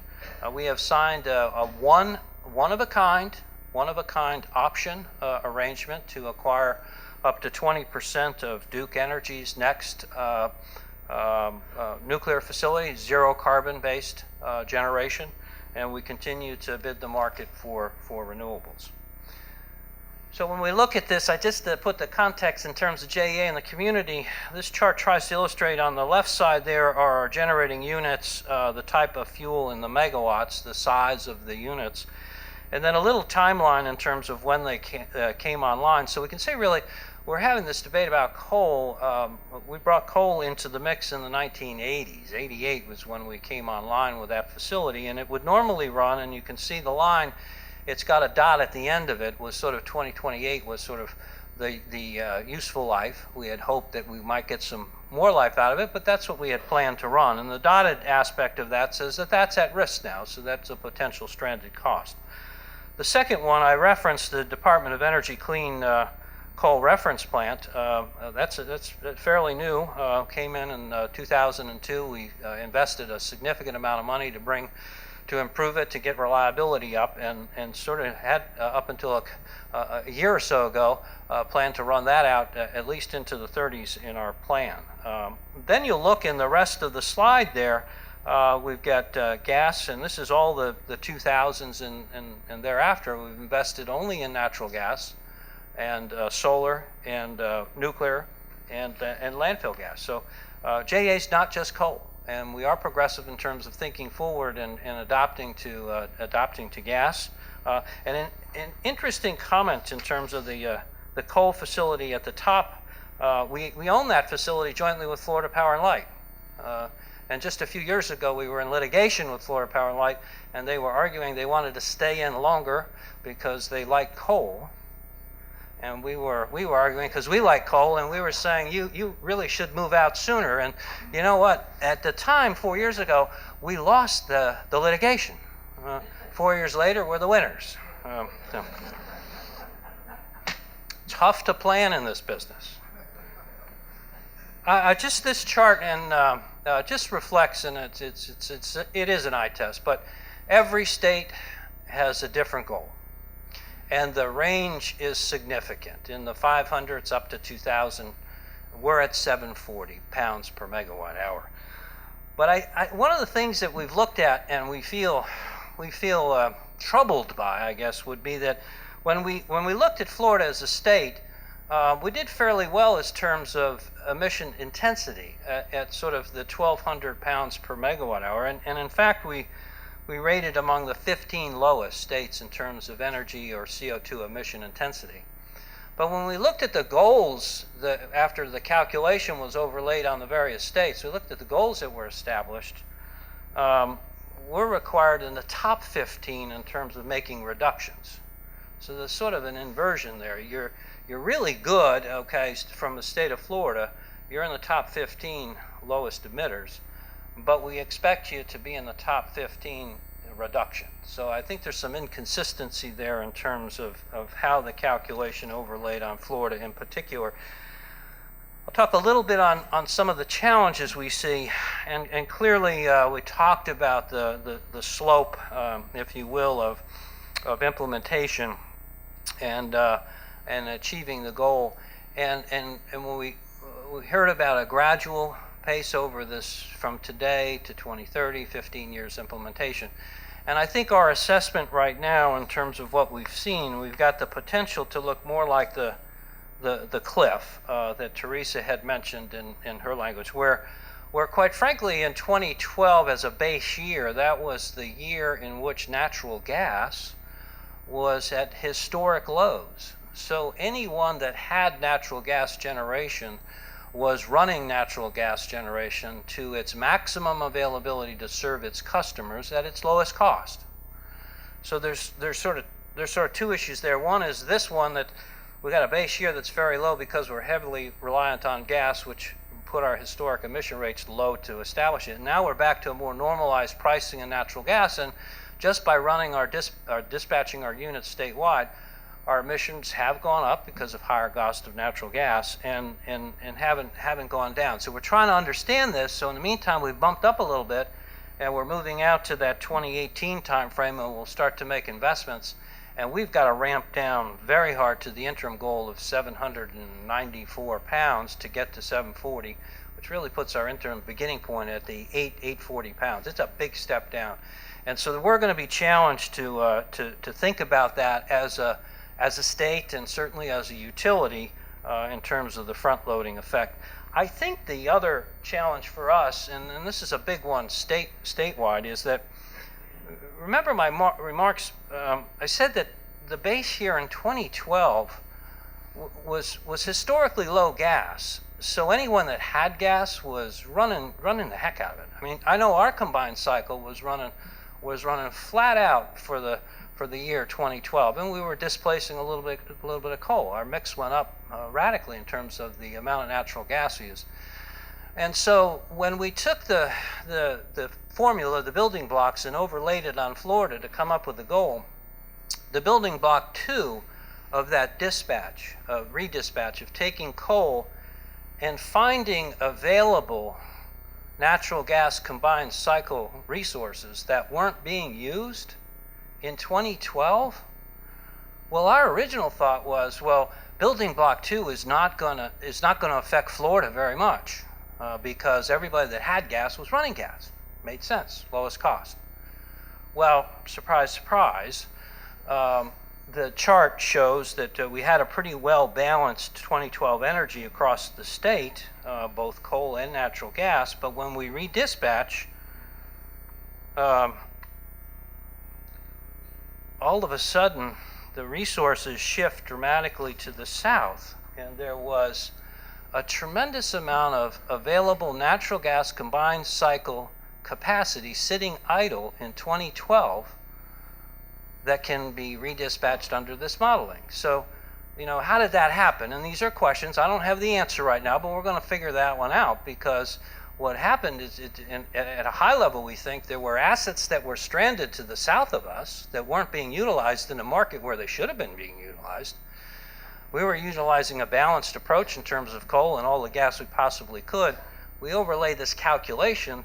It takes away basically a strong move of in this case, coal, and fills up capacity that was idle for some unknown reason in 12. And so we make a bad asset in the south good, and we make a good asset in the north bad, and somewhere as a state we've got to come together and get a good solution out of that. Teresa mentioned the challenge in terms of moving natural gas, and we think that's a big issue for the state, for a reliability standpoint, and ultimately what will be for pricing and price volatility. Right now there are two major pipelines that bring the gas into Florida, depicted through the Gulf and through the Panhandle and down into the state. Those are the two major pipelines. There's a third one under, some say construction, some say permitting, but and Teresa was absolutely right. It is running into some permitting problems with some environmental aspects in the central part of the state, and should be expected to be challenged as we go forward. So more gas needs to be brought into the state to encourage reliability. But at the end of the day, even with a third pipeline, essentially the entire electric generating grid, or at least 80% of the power, will rely on those three pipelines.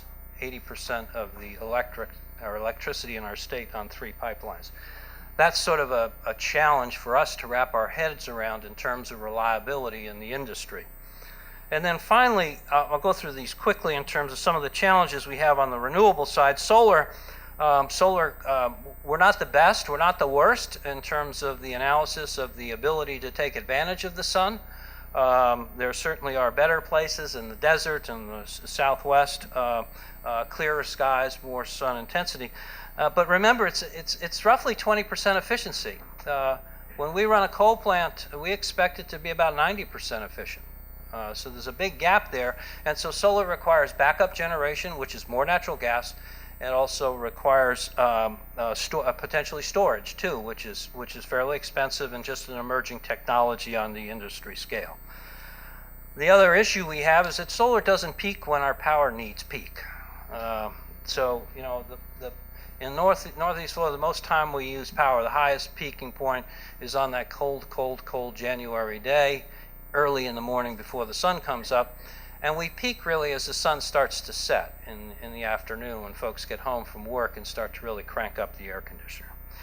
Wind just doesn't look good for us as an opportunity, again, from an efficiency standpoint.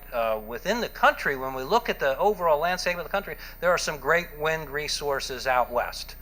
Terrific resources that are reaching 30, almost 40% capacity levels. There's a lot of wind out there, and strong wind just doesn't work well for us.